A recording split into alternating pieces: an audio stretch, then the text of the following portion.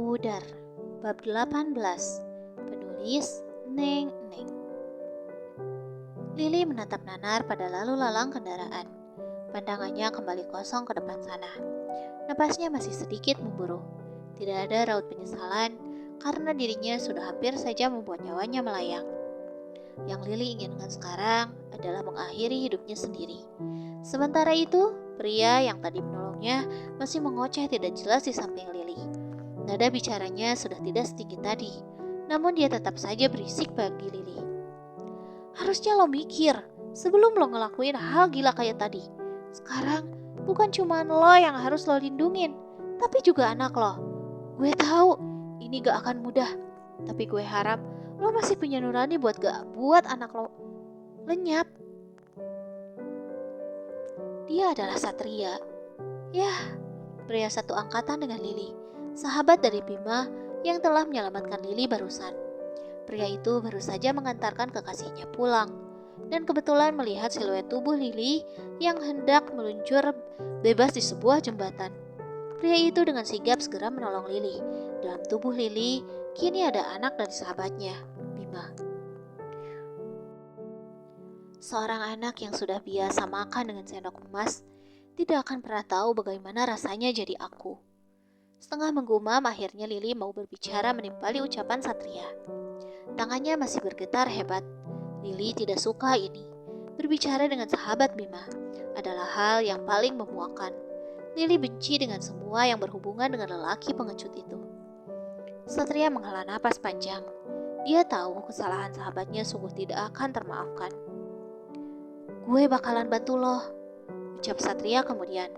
Namun tawaran Satria malah membuat Lili menyedihkan bibirnya. Tidak perlu, ucap Lili singkat. Lalu gadis itu mulai berdiri dan memutuskan untuk meninggalkan Satria sendirian di pinggir jalan. Langkahnya terlihat gontai, tak tentu arah. Kakinya masih bertelanjang. Gue punya ide biar Bima bisa bertanggung jawab sama lo, sama anak lo. Ucapan Satria menginterupsi langkah Lili.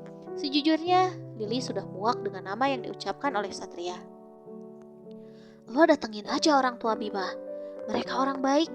Gue yakin mereka mau bertanggung jawab atas apa yang sudah dilakukan anaknya. Lili mengerutkan keningnya. Haruskah Lili mencobanya? Sedari dulu, Lili selalu mendengar jika orang tua Bima adalah orang tua yang bijak, juga baik. Selain itu, mereka juga dikenal dengan keluarga kaya raya yang alim. Haruskah Lili mencobanya? Akankah mereka percaya? Ini alamat orang tua Bima. Lo bisa datang ke sana. Satria melanjutkan langkahnya, mendekati Lili. Kemudian dia menempelkan sebuah kertas pada telapak tangan Lili. Lili hanya merepas kertas tersebut, lalu segera berlalu meninggalkan Satria yang masih mematung, menatap punggungnya dengan tatapan bingung. Berjalan tidak tentu arah. Langkah kaki Lili membawanya pada sebuah warung tenda yang masih buka. Sepertinya tenda tersebut akan segera tutup, mengingat sekarang waktu menunjukkan sudah hampir lewat tengah malam. Lili menatap sang pedagang yang tengah membuang nasi pada tempat sampah. Lili meraba perutnya yang terdengar berbunyi nyaring. Entah kapan terakhir kali gadis itu makan. Yang jelas, sekarang perutnya terasa perih. Berjalan mendekat, Lili menatap pada tempat sampah tersebut. Sepertinya nasi itu dibuang karena bekas dari orang-orang yang makan tadi. Lili menelan ludahnya susah payah. Dia tidak memiliki uang untuk makan. Sekarang, tasnya berada di klinik. Lili lupa kemana arah klinik tadi. Jalanan gelap membuatnya menjadi buta arah. Kamu lapar ya? Seorang ibu bertubuh gemuk bertanya pada Lili. Membuat Lili yang sedari tadi asyik menatap tempat sampah mengerjap kaget. Tadi, Lili berniat untuk memungut sesuap nasi dari tempat sampah tadi. Kamu lapar kan? Ibu tadi kembali bertanya, lantas melirik pada tangan Lili yang mengusap perutnya pelan. Ini buat kamu. Ibu tersebut memberikan sebungkus nasi pada Lili, sembari tersenyum. Lili hanya terdiam, masih gamang antara harus menerima bungkusan tersebut atau tidak. Perutnya semakin melilit perih kala indera penciumannya mencium wangi nasi goreng yang begitu khas. Kucuk. Ambillah. Seolah mengerti, si ibu kembali menyodorkan bungkusan tersebut. Lili segera menerimanya dengan terburu-buru. Lantas, segera memakannya dengan cepat, layaknya orang kelaparan. Lili sudah tidak malu lagi. Yang penting sekarang adalah perutnya tidak terus berbunyi. Kamu mau kemana? Acara makan Lili yang terburu-buru terpaksa harus berhenti kala mendengar pertanyaan tersebut. Mau kemana? Lili tidak tahu mau kemana. Lili tidak memiliki arah dan tujuan. Jadi, Lili hanya bisa menggeleng samar sembari menghentikan kunyahannya. Kamu tidak memiliki tujuan? Tanya ibu-ibu itu lagi. Lili kembali terdiam. Dia tidak tahu mau menjawab apa. Haruskah dia mengatakan jika sekarang dirinya tak ubahnya dengan gelandangan? Tidak memiliki orang tua, tidak memiliki keluarga, tidak memiliki rumah, apalagi harta berharga lainnya. Lili hanya memiliki dirinya sendiri. Tidak, Lili masih tidak ingin mengakui kehadiran anaknya. Kamu tidak punya keluarga? Pertanyaan itu kini mendapatkan gelengan kepala dari Lili. Hatinya kian sesak kala mengingat bunda. Air matanya tiba-tiba saja mengembang. Lili melepaskan tangan yang sedari tadi masih berada di atas makanan. Semuanya salah Lili. Jika Lili tidak melakukan kesalahan tersebut, jika Lili tidak membohongi bunda, mungkin saja bunda tidak akan pergi secepat ini. Nama kamu siapa? Ibu tadi kembali bertanya dengan lembut.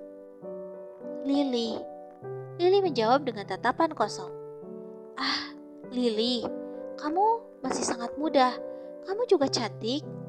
Lili tertegun mendengar pujian tersebut. Selama ini, orang yang dengan tulus memujinya hanya bunda saja. Kebetulan, orang yang biasa bekerja dengan saya, baru saja saya pecat tadi sore. Karena dia bekerja dengan tidak jujur. Kamu mau bekerja dengan ibu? Lili melirik pada ibu yang masih tersenyum. Mungkinkah dia adalah malaikat penolong baginya? Lili mengangguk tanpa ragu. Dia tidak memiliki tempat tujuan. Oleh karenanya, bekerja menjadi buruh cuci piring saja sudah cukup bagi Lili. Lili tidak memiliki harapan lain.